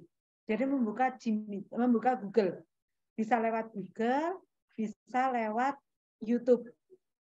Di situ misalkan materinya tentang membongkar, kebetulan saya teknik otomotif ya, membongkar langkah-langkah membongkar pompa oli pada engine apa gitu, misalkan engine 5K atau Toyota Kijang 5K. Nah, di situ dia akan mencari secara otomatis ketika tugasnya kita itu penuh gitu ya, banyak, dan itu selalu berhubungan dengan Google, dia nggak ada kesempatan untuk baca WA, untuk TikTokan, karena dia akan asik sendiri untuk mencari lebih lama, lebih lanjut, dan di situ akan kita berikan poin untuk jawaban yang paling interaktif, jawaban yang paling bagus, yang bisa menemukan link video nanti nilainya jadi lebih. Nah, dia akan terus berkreasi, sehingga ketika di sekolah kita insya Allah nggak kecolongan selama kita memandu dengan baik, itu nggak kecolongan. Terlepas kalau sudah di rumah, ini pengalaman lagi anak saya, kebetulan gurunya itu memberikan tugas-tugas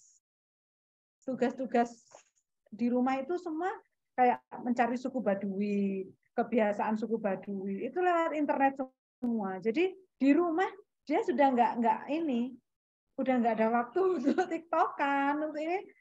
Kalau nggak benar-benar free hari Sabtu Minggu, dia mungkin nggak pegang itu, karena setiap hari memang harus diupayakan untuk itu. Tuh, kalau yang kuliah, kebetulan ini untuk pendidikan juga, yang kuliah itu lebih sering gurunya atau dosennya Zoom. Meskipun sudah ada itu sore kuliah dari pagi sampai siang gitu ya, sore itu masih ada Zoom. Entah perihal briefing untuk KKN, briefing untuk ini, kita adakan Zoom lah. Di situ sepertinya benar-benar gadget itu akan terprogres dan terprogram untuk pendidik. Mungkin itu. Iya, pentingnya screen time juga ya Bu ya gitu. Bagaimana biar anak-anak kita lebih sibuk gitu dengan posisi saat mencari tugas ya mencari tugas saja gitu. Jangan diberi kesempatan untuk cari-cari yang lain ya. Mungkin seperti itu ya, Bu Elvi ya. Semoga jawaban dari Bu Elvi bisa mewakili ya pertanyaan dari Mbak Heni juga. Mudah-mudahan Mbak Heni puas ya dengan pertanyaannya, dengan jawabannya. Nah, kemudian ada juga pertanyaan ini dari Hermin. Izin bertanya ke Pak Rizkyadi, bagaimana caranya menghindari tayangan iklan rokok atau miras dan narkoba, padahal di media sosial dan televisi sering sekali muncul iklan tersebut. Nah, bagaimana nih Pak Rizky nih?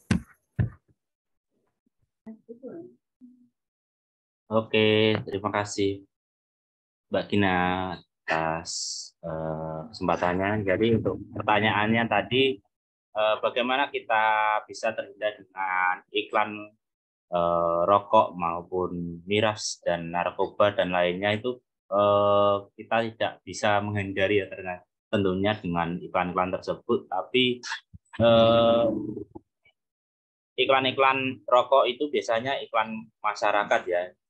Sebenarnya kalau iklan rokok itu daripada iklan produk yang lain itu kan tidak menampilkan rokok ya, justru dia mesti tayangan seperti menunjukkan kalau pria itu menunjukkan kalau dia itu kuat, terus kemudian memiliki apa kejantanan gitu. Terus biasanya itu dramatis gitu videonya itu. Dramatis seperti dia melewati jembatan, kemudian mungkin ada drama-drama perkelahian seperti itu, atau melewati apa atraksi-atraksi seperti naik sepeda motor trail ya, itu yang ditampilkan oleh iklan-iklan rokok ya.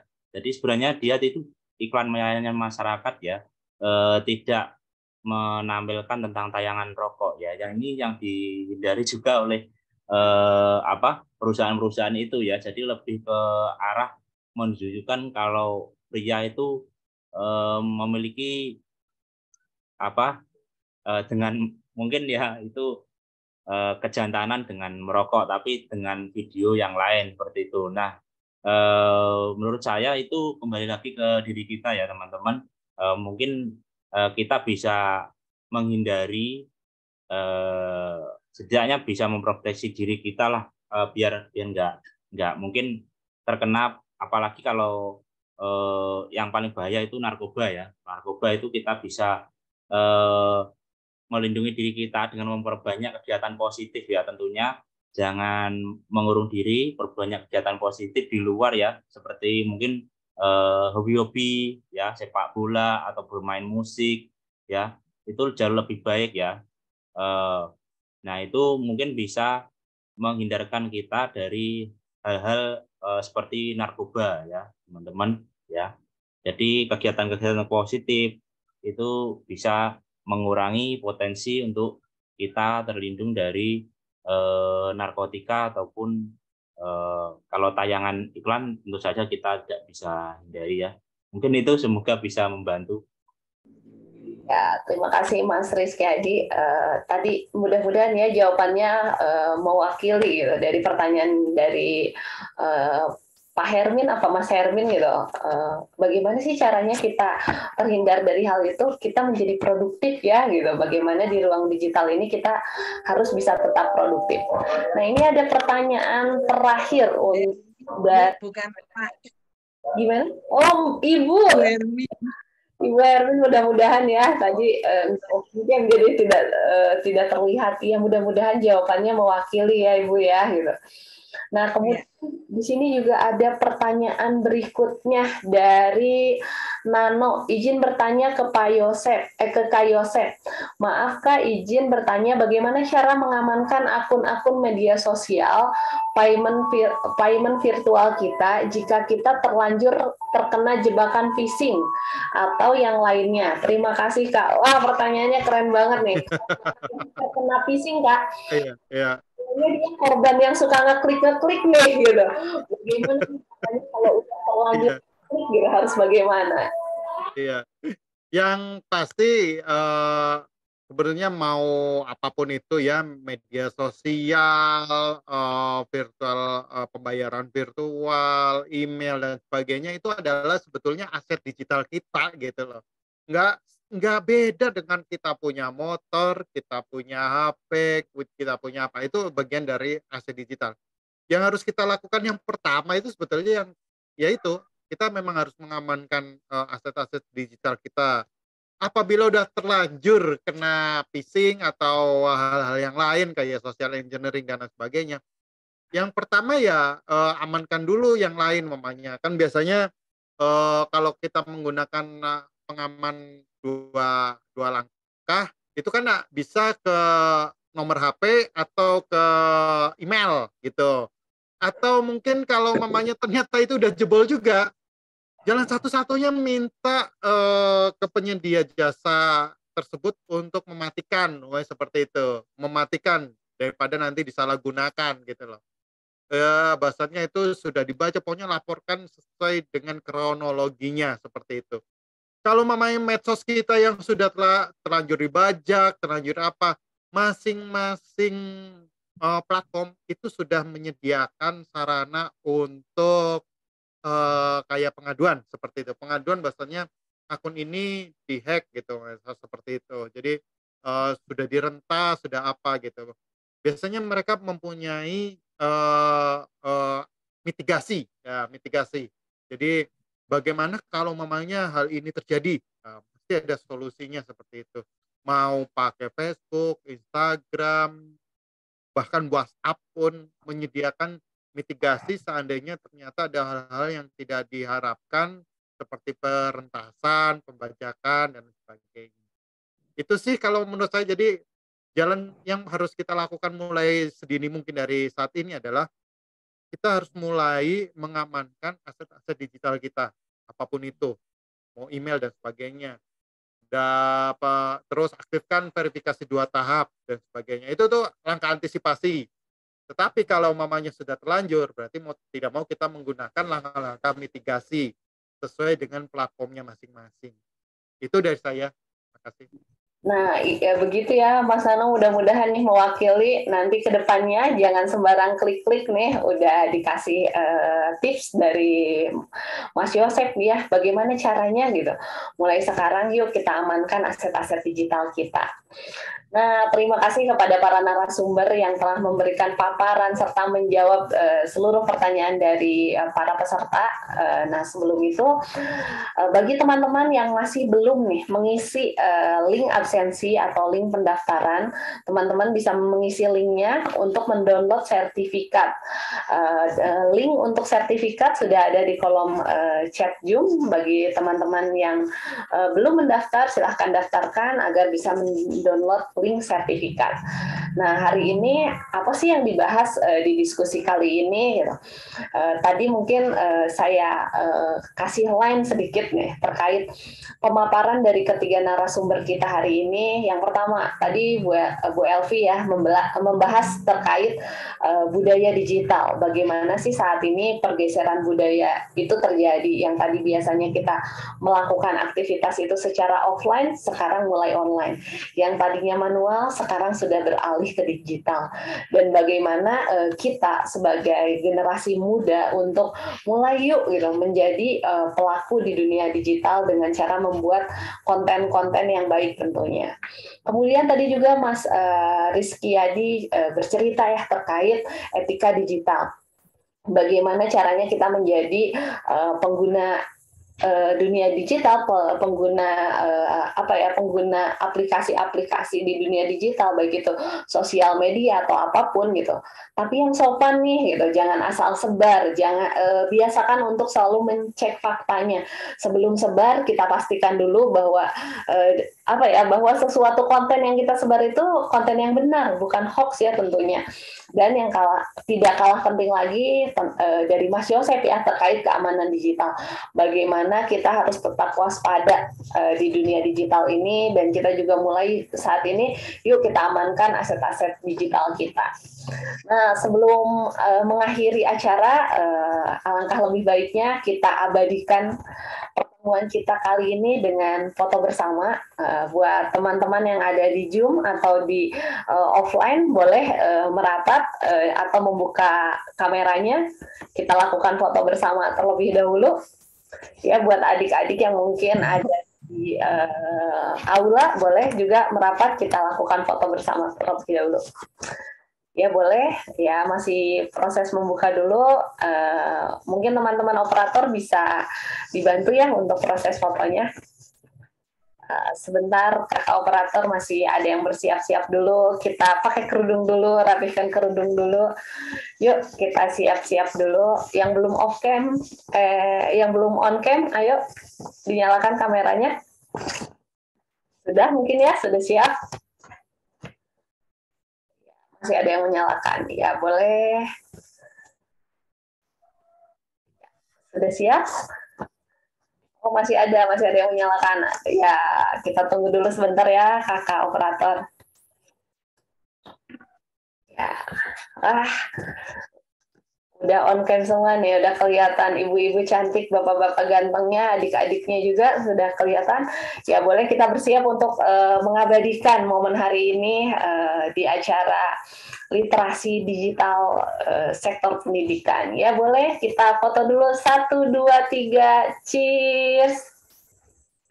Ya, salam literasinya boleh? Gini semuanya, salam literasi. 1, 2, 3, cheers. Ya, cukup Kakak Operator? Ya, cukup ya. Terima kasih semuanya. Terima kasih sesi foto tadi mungkin mengakhiri pula seminar literasi digital sektor pendidikan bersama Pandu Digital hari ini. Sebelum menutup acara kali ini, saya ingin mengucapkan terima kasih kepada ketiga narasumber kita yang sudah berkenan untuk memberikan materi ilmunya. Semoga bermanfaat buat kita semua. Saya Gina Desiana undur diri. Mohon maaf jika ada kata-kata yang kurang berkenan. Terima kasih juga buat semuanya. Wassalamualaikum warahmatullahi wabarakatuh. Assalamualaikum warahmatullahi wabarakatuh. Waalaikumsalam warahmatullahi wabarakatuh. Terima kasih. Terima kasih.